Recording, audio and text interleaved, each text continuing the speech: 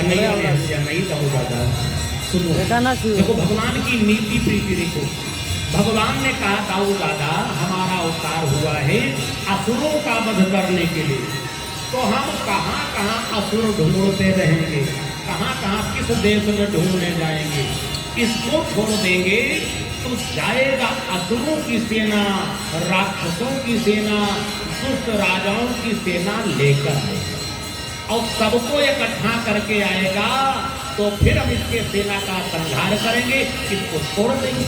अब ये बचा रहेगा, तब फिर दुष्ट राजाओं की सेना लेकर आएगा, फिर संहार कर देंगे। अरे ये तो बिना कमीशन के एजेंट रहेगा, सबको लाता रहेगा और सबका हम वध करते रहेंगे। बड़ी द्वारिकाधीश भगवान की जय हो। दाऊ दादा ने कहा धन्य हो कन्हैया, धन्य है तेरी नीति और प्रीति। भगवान ने जरासंध को छोड़ दिया, जरासंध गया फिर तेज पूरी सेना तैयार, फिर लड़ाई के लिए आया, भगवान ने सेना विनाश की, फिर छोड़ दी। 17 बार चढ़ाई किया है, 18वें बार में काल यवन। जब काल यवन आ गया 3 करोड़ मलेच्छों की सेना लेकर कायाष्टादशम संग्रामे अव्याजमहि तदंतरा। जब काल यवन पहुंचा तब भगवान ने दाऊ जी को बुलाया। ए भाई आध्यात्मिक दृष्टि से देखो तो मथुरा ये शरीर है, शरीर ही मथुरा है, और मथुरा रूपी शरीर पर सबसे पहले कौन आता है? जरा आता है। जरा माने बुढ़ापा। ये मथुरा रूपी शरीर पर सबसे पहले कौन आएगा? जरा आएगा। जरा माने बुढ़ापा। और जब जरा आएगा तभी ये शरीर कुछ दिन चलेगी, लेकिन जरा के साथ काल यवन आ जाए, माने जरा के साथ काल भी आ जाए, तब मथुरा में अब नहीं रहना है, अब मथुरा छोड़ना पड़ेगा। बुढ़ापा के साथ जब काल आ जाएगा तो मथुरा रूपी शरीर को छोड़ना पड़ेगा। याद रखिए, जरा मैंने बुढ़ापा।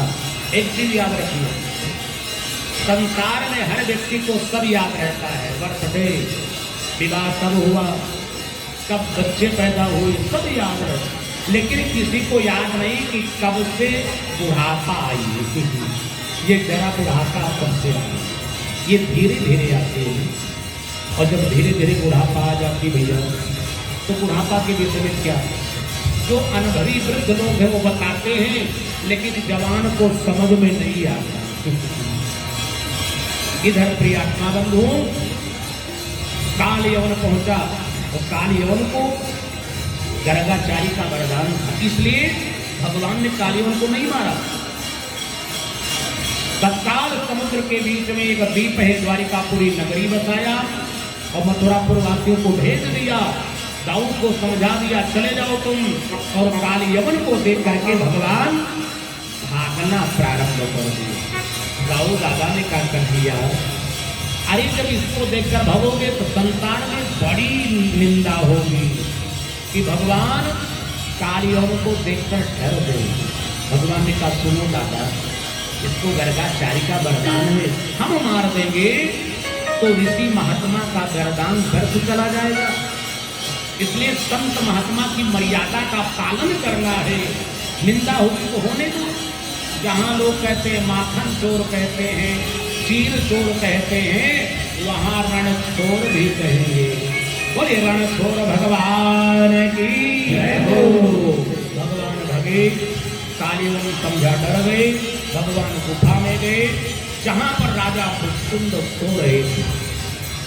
भगवान ने विचार किया मुचकुंद को जगाना है, काल यवन को मरवाना है, इसलिए अपना पीतांबर मुचकुंद पर ढक दिया।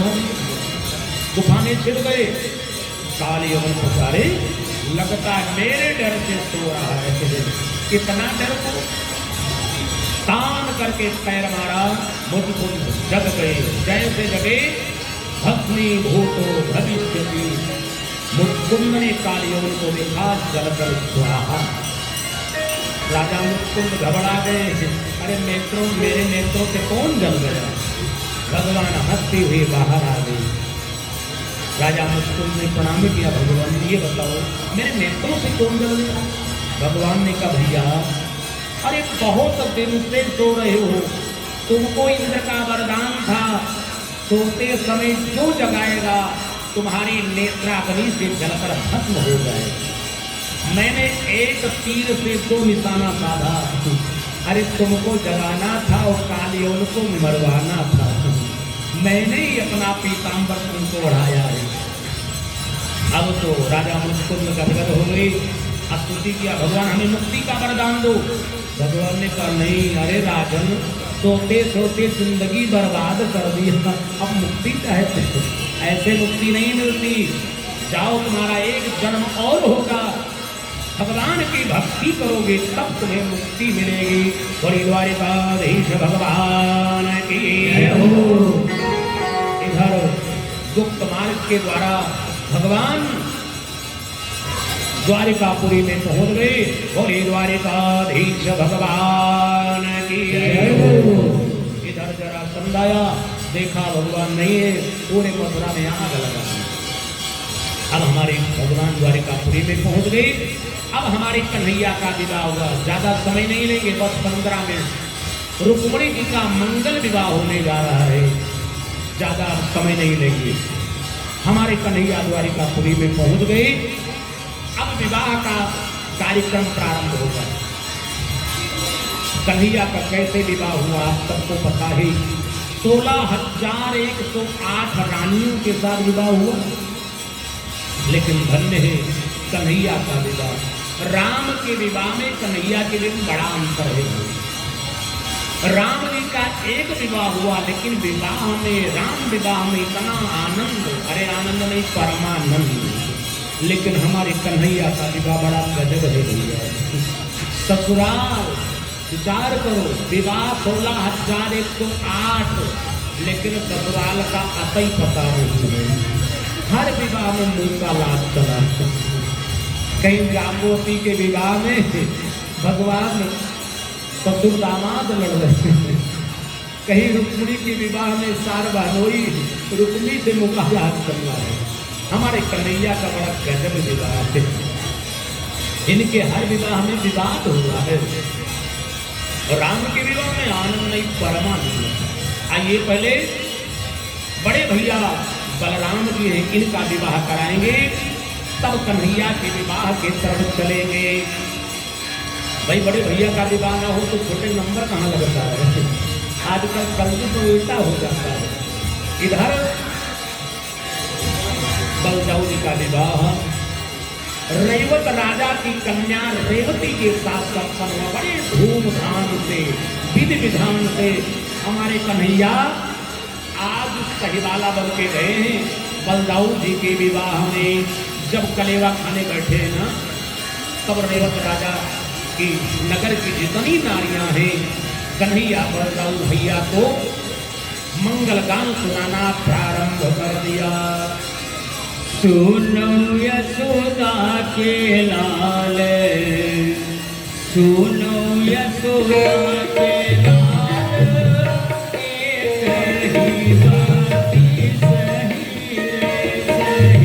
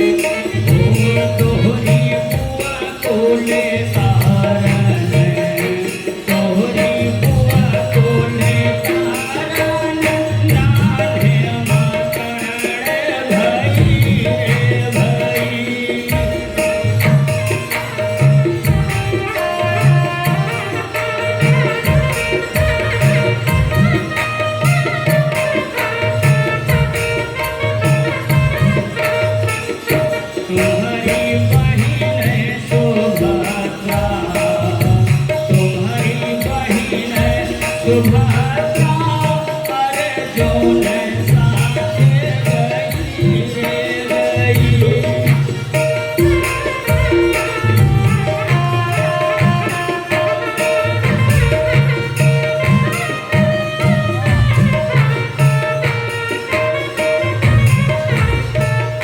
धानी भाती हमारी, धानी भाती हमारी, मानस में है धरी रे धरी।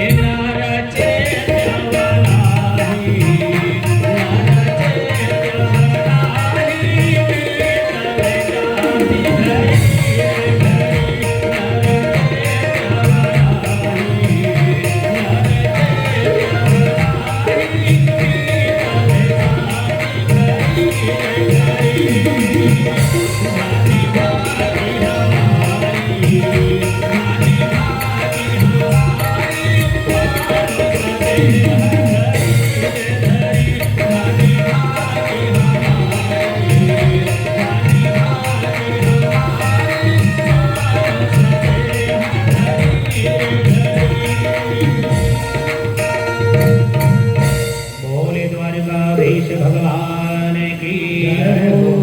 भाई बलराम जी का विवाह बड़े ढंग से संपन्न हो गया और मंगल गान भी हुआ। अब हम कन्हैया के विवाह में प्रवेश करते हैं, अपने द्वारिकाधीश के विवाह में। सुखदेव जी ने कहा राजन, इसी धराधाम पर एक विदर्भ राज्य है, का राजा शील भीष्म को नाम, अविदर्भायधिपति महान, तस्य पंच भवन पुत्रा कन्यका वरानना। हे राजन, इसी धराधाम पर एक विदर्भ राज्य है जिसकी राजधानी कुंडिलपुर में है। वहाँ के राजा भीष्मक थे, बड़े धर्मात्मा, पंचपुत्र, जिनके 5 पुत्र, कन्यका वरानना, एक परम सुंदरी कन्या जिसका नाम रुक्मिणी था। एक दिन की बात है, राजा भीष्मक पूरे परिवार को इकट्ठा बुलाए। देखो आज हम हिंदू समाज में यही होता है कि पूरे परिवार सुबह शाम इकट्ठा नहीं बैठते। जब सुखी हैं, संपन्न हैं, मस्त हैं तो इकट्ठा नहीं बैठते। कोई अपने रूम में टीवी में मस्त है, कोई मोबाइल में मस्त है, कोई दुनिया के प्रपंच में मस्त। और थोड़ा दुख मिल जाए पूरे घर भर इकट्ठा है। लेकिन भगवान ने सुख दिया है, सुबह शाम पूरे परिवार इकट्ठा बैठो। परिवार में हास परिहास होना चाहिए, प्रसन्न रहो, आपस में सलाह मशविरा करना चाहिए। कोई चीज करना है, निर्णय लेना, परिवार में इकट्ठा सबकी राय लेना चाहिए। कब किसकी राय बहुत अच्छी बन जाए। राजा भीष्म ने पूरे परिवार को बुलाया, यहाँ तक रानी भी बैठी थी, 5 लड़के सब बैठे थे और पीछे ही राजकुमारी रुक्मिणी भी बैठी थी थोड़ी दूर पर। राजा भीष्मक ने कहा, भैया अब तेरी लाडली बहन रुक्मिणी विवाह की योग्य हो गई, अब उसके हाथ पीले करना चाहिए। इसलिए भैया हमारा तो मन है कि रुक्मिणी का मंगल विवाह वो जो अखंड ब्रह्मांड नायक हैं द्वारिकाधीश भगवान कृष्ण के साथ कर दिया जाए। जैसे इतना कहा, बीच में रुक्मिणी खड़ा हो गया। पिताजी बस सावधान, उस भगोड़े का नाम मत लेना। क्योंकि जानते हो रुक्मी शिशुपाल ये मित्र थे, इसलिए शिशुपाल के कारण से रुक्मी भी भगवान से ईर्ष्या करता। रुक्मी खड़ा हो गया, पिताजी बस भगोड़े रणछोड़ का नाम मत लेना।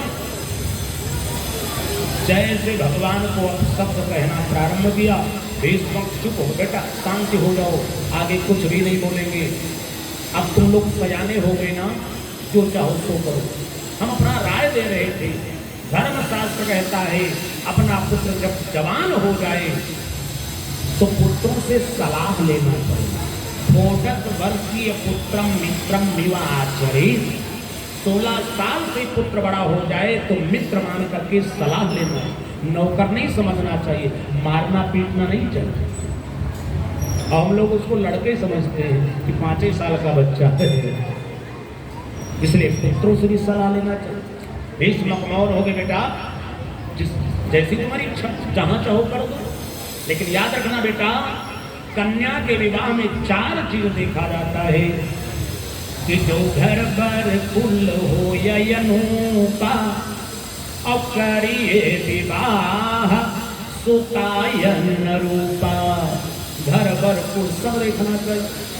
रुक्मिणी का पिताजी चिंता मत करो, हमने अपने लाडली बहन का विवाह पक्का कर दिया। बोले कहाँ बेटा? इसके साथ शिशुपाल के साथ दमघोष चेतपति नरेश शिशुपाल के साथ मैंने पक्का कर लिया है। शिशुपाल के साथ करेंगे। जैसे शिशुपाल का नाम लिया, पूरे परिवार मौन हो तो कुछ नहीं, ठीक है बेटा जैसे तेरी इच्छा। लेकिन पीछे रुक्मणी सुन रही थी। रुक्मणी नाराज हो गई भाई पर, बिना पूछे कैसे तय कर लिया। रुक्मिणी का माता पिता भाई का अधिकार होता बहन का शादी कर। रुक्मिणी चुप हो गई, रोना प्रारंभ, अंदर चली गई जहां भाभी लोग थी। भाभियों ने समझाया रुक्मिणी रो मत, रोने से काम नहीं चलता। यदि तुम द्वारिकाधीश से विवाह करना चाहती बहुत अच्छी बात, वो तो सर्वेश्वर है, जगदीश्वर है, प्राणेश्वर है, इसलिए रुक्मिणी रोने से काम नहीं होगा, कर्म करने से होता है। तुम उनकी भक्ति करती हो तो एक काम करो, जो अपने कुल पुरोहित हैं चिट्ठी लेकर भेज भगवान के पास। चुपके से बता दिया, भाभियों ने सलाह दिया। अब इधर रुक्मिणी का पिताजी, देखो मैंने अपनी बहन रुक्मिणी का विवाह शिशुपाल के साथ पक्का कर लिया है। दमघोष सुत चेतपति नरेश हैं, मैंने पक्का कर लिया, उन्हीं के साथ करो। अच्छा बेटा तो बताया नहीं? अरे का बताने क्या बात है। अब वो शिशुपाल परसों बारात लेकर आएगा और सगाई विवाह सब तिलक सब एक साथ संपन्न। सवेरे तिलक शाम को विवाह। इतना जल्दी बेटा? ठीक है। अब कुंडिन पुरुष सजाना प्रारंभ कर दिया, चारों तरफ मंगल गान प्रारंभ है। शुभ लग्न मुहूर्त में इधर शिशुपाल दुल्हा बन करके तैयार हुआ, चलो बारात लेकर चले। और इधर पंडित जी चलते चलते पहुंच गए द्वारिकापुरी के दुर्गम द्वार पर। और द्वारिकाधीश भगवान की जैसे ब्राह्मण देवता पहुंचे, भगवान को सूचना मिल गई, द्वारपाल अंदर ले गए, भगवान ने जलपान कराया। कहो ब्राह्मण देवता कहाँ से पधारे? महाराज हम कुंडिनपुर से आए हैं, राजकुमारी रुक्मिणी का स्वयंवर है, विवाह है, और ये हम पत्र लेकर आए हैं। जब पत्र निकाल करके दिया, रुक्मिणी का पत्र भगवान ने हाथ में ले लिया। देखो भाई पत्र में 8 श्लोक हैं, बड़ा सुंदर पत्र लिखा है, रुक्मिणी का पत्र है। भगवान ने पत्र दे दिया ब्राह्मण देवता, महाराज आप ही पढ़ लो। ब्राह्मण देवता ने हंस दिया, महाराज ये प्रेम पत्र है, कोई राजनीतिक पत्र नहीं कि हम पढ़ लें। रुक्मिणी ने आपको दिया ना, आप ही पढ़ो। देखो पहले किसी का जब पत्र आता था तो लोग क्या करते थे, जिसके हाथ में पत्र लग जाए कुछ लोग पत्र को चीर करके पढ़ लेते थे और उसके बाद चाहे ले ला करके फिर चमका के देते थे, आदत होती। लेकिन दूसरे का पत्र नहीं पढ़ना चाहिए। ब्राह्मण ने वापस कर दिया, महाराज हम नहीं पढ़ सकते। भगवान ने कहा सुनो भैया, विप्रवाक्यम जनार्दन, ब्राह्मण जो शब्द कहता उसको मैं पूर्ण करता हूँ। ब्राह्मणों से मुखमासी, हमारे मुख से ब्राह्मण का जन्म हुआ है, इसलिए हम आदेश देते हैं आप पढ़ो। ब्राह्मण देवता ने कहा जो आज्ञा है, अब हम पढ़ सकते हैं। भगवान ने कब पूछा, हे ब्राह्मण देवता ये बताओ तुम्हारा नाम क्या? ब्राह्मण देवता ने हंस दिया, महाराज हमारा नाम सुदेव है। भगवान ने कहा बहुत अच्छे, तुम्हारा नाम सुदेव, हमारा नाम वासुदेव। अब दो देव इकट्ठा हो गए तो देवी रुक्मिणी जरूर मिलेगी। बोली द्वारिकाधीश भगवान की जय।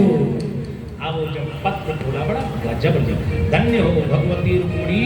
रुक्मिणी साक्षात लक्ष्मी, और लक्ष्मी का विवाह किससे होता? नारायण से। इसलिए याद रखना भैया, लक्ष्मी जी को मां मानना अथवा पुत्री मानना हर व्यक्ति को चाहिए। जो लक्ष्मी पति अपने को मानते उन्हीं का पतन होता है।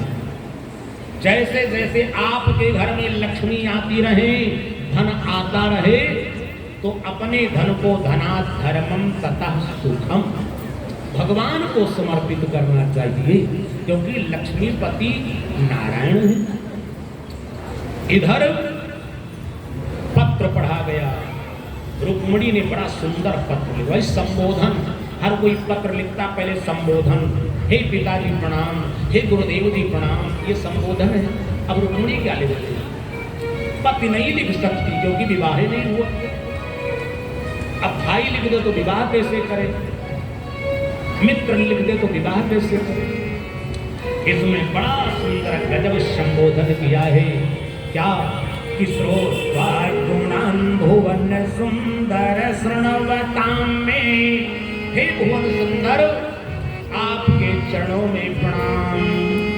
जैसे भुवन सुंदर कहा, भगवान गदगद धन्य हो रुक्मिणी। रुक्मिणी ने 8 श्लोकों में प्रश्न उत्तर लिखा कि हे प्रभु आप ये पूछोगे ना कि रुक्मिणी तुम मुझे पति के रूप में पाना चाहती हो, लेकिन संसार में वही व्यक्ति मुझे प्राप्त करता है जो तपस्या करता है। अच्छा महाराज आप हमारी तपस्या को नोट करो। मैंने कितना तपस्या किया? रुक्मिणी ने उसमें जितना पूजा पाठ तपस्या सब लिख दिया। हे महाराज आपको पाने के लिए कपूर देश दत्त नियमां व्रत देव विप्रा अपूर्वर्चनादिभिरलं भगवान परेश। हे द्वारिकाधीश, और देश आपको पाने के लिए यज्ञ किया, व्रत मैंने व्रत किया, गौशाला गौशाला मंदिर बनवाया, मंत्र का जाप किया, कात्यायनी मंत्र जप, बहुत मैंने पूजा पाठ। इन सबके फलस्वरूप आप हमें पति के रूप में मिल जाओ। बोले द्वारिकाधीश भगवान की जय हो। भगवान बहुत गदगद हो गई। भाई पत्र तो बड़ा सुंदर है, 8 श्लोक। इधर अंतिम श्लोक में रुक्मिणी ने भगवान को ललकारा है। क्या कहा? भगवान ध्यान रखना, आना तो सावधान होकर के आना। शिशुपाल सेना लेकर आया है, उसके सेना में जरासंध, बड़े बड़े राजा आए हैं, युद्ध की पूर्ण संभावना है, आना तो संभल के आना। भगवान बहुत हंसे, धन्य हो रुक्मिणी। अभी तक भक्ति दिखा रही थी, अब तो ललकार रही है। अब ना जाए तो हम कायर कहलाए जाएंगे कि शिशुपाल आ रहा है, जरासंध आ रहा है। भगवान ने हंस दिया, भैया ब्राह्मण देवता अब तो चलना पड़ेगा। तत्काल ब्राह्मण देवता को भोजन पानी कराए, रथ पर बैठे प्रस्थान कर दिया। किसी को नहीं बताया कहाँ जा रहे। रात भर रथ चलता रहा। प्रातः काल हुआ, कुंडिनपुर में पहुंच गई। बोली द्वारिकाधीश भगवान की जय हो। और इधर आनंद की सनाई बज रही थी। भगवान पहुंचे हैं, उसके पहले सुस्पार बारात लेकर पहुंच गए। बारात जनवासे में उतारा हुआ, दुल्हा सजा, शिशुपाल। अब द्वार पूजा का समय आ गया। शिषपाल दुल्हा बन करके जब द्वार पूजा में बैठा भैया, जानते हो गाजा बाजा के साथ द्वार पूजा प्रारंभ हो। और जैसे द्वार पूजा शुरू हुआ, भगवान ने सारथी से कहा शिषपाल द्वार पूजा करे, चलो हम लोग मंदिर पूजा करेंगे, क्योंकि रुक्मिणी जी मंदिर में आएंगे। इधर जब द्वार पूजा प्रारंभ हुआ, ब्राह्मणों ने वेद मंत्र का पाठ शुरू कर दिया। उसी समय किसी ने आकर के शिषपाल के कानों में कह दिया, अरे मित्र सावधान। बोले क्या बात है? अरे कहा वो द्वारिका वाला कन्हैया आ गया। जैसे कहा द्वारिका वाला कृष्ण आ गया। अब कहा शिषपाल हाथ में संकल्प करने जा रहा था, पूजा के लिए खड़ा हो गया। कहा मित्र सावधान। जरासंध ने पूछा क्या बात भाई? अरे बैठो पूजा करो। शिषपाल ने कहा नहीं मित्र हम पूजा नहीं। बोले क्यों नहीं करोगे? कहा वो द्वारिका वाला कन्हैया आ गया है। बोले तो क्यों इतना घबराते? शिषपाल ने कहा सुनो मित्र घबराते नहीं, अरे उसकी एक बहुत बुरी आदत है। बोले क्या? कहा चोरी करने की। और कन्हैया नहीं कहीं रुक्मिणी को चुरा ले गया तब तो हम ठन ठन गोपाल इस बार पूजा करते रहेंगे। उस समय जरासंध ने कहा मित्र घबराना नहीं, हम बारात के लड्डू खाने नहीं आए हैं, हम सेना लेकर के आए हैं, अस्त्र शस्त्र लेकर आए हैं, इसलिए विधान से पूजा करो, रुक्मिणी की हम रक्षा करेंगे। शिषपाल ने कहा देखो मित्र सावधानी बरतना। अरे वो तो मेरे बुआ का लड़का लगता है लेकिन बहुत खतरनाक है, इसलिए सावधान। हाँ हाँ मित्र पूजा करो। इधर वेद मंत्र प्रारंभ, पूजा पाठ शुरू हो गया। और इधर राजभवन के अंदर रुक्मिणी बैठी रो रही थी। रो करके भगवती दुर्गा का स्मरण कर रही थी। क्या कि दुर्भगायन में धाता और नान कोलो महेश्वर। लगता है गौरी मैया नाराज हो गई, भोले बाबा नाराज हो गए। क्या हो गया? जिस ब्राह्मण देवता को भेजा वो भी वापस नहीं आया। रो रही थी। उसी समय अंग फड़कने लगा। भगवती रुक्मिणी प्रसन्न, लगता है तुम कोई शुभ शकुन है। ब्राह्मण देवता सामने पहुंच गए। बोली द्वारिकाधीश भगवान की जय। जैसे जयकारा लगाया, रुक्मिणी गदगद हो गई। ब्राह्मण देवता संदेशा लाए हो? ब्राह्मण देवता ने कहा बेटी संदेशा कुछ भी नहीं लाए हैं। जैसे सुना मुंह लटक गया। संदेशा नहीं लाए? नहीं लाए। रोने लगी। ब्राह्मण देवता ने हंस दिया, बेटी रो नहीं, संदेशा नहीं लाए, साक्षात द्वारिकाधीश को लेकर आए हैं। बोली द्वारिकाधीश भगवान की जय हो। अब तो रुक्मिणी आनंद का पारावार हृदय में आ गया। अब ब्राह्मण देवता क्या आज्ञा है? बेटी आज्ञा क्या है? सबसे पहले गिरजा का पूजन करना चाहिए। ठीक 16 श्रृंगार किया।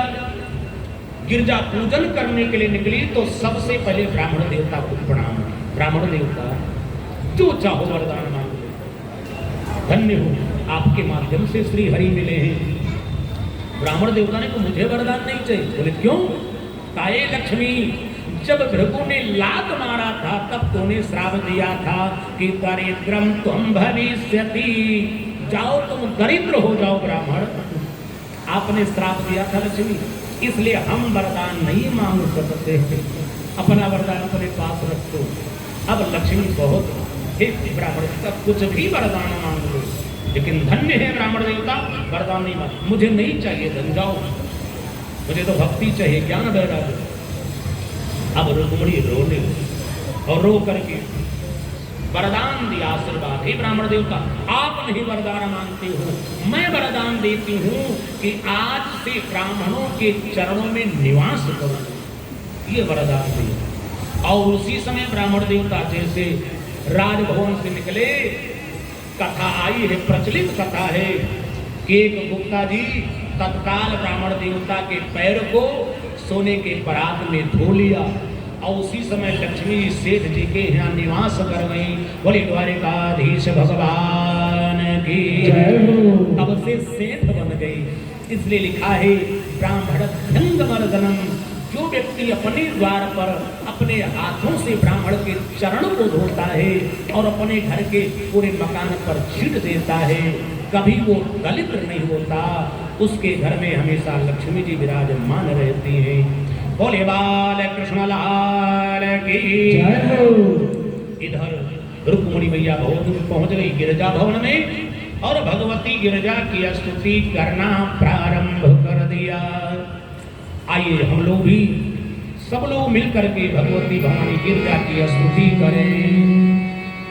जय जय गिरिवर राज किशोरी, जय जय जय गिरिराज किशोरी, जय महेश मुख चंद्र चकोरी, जय महेश मुख चंद्र चकोरी, जय महेश मुख चंद्र चकोरी,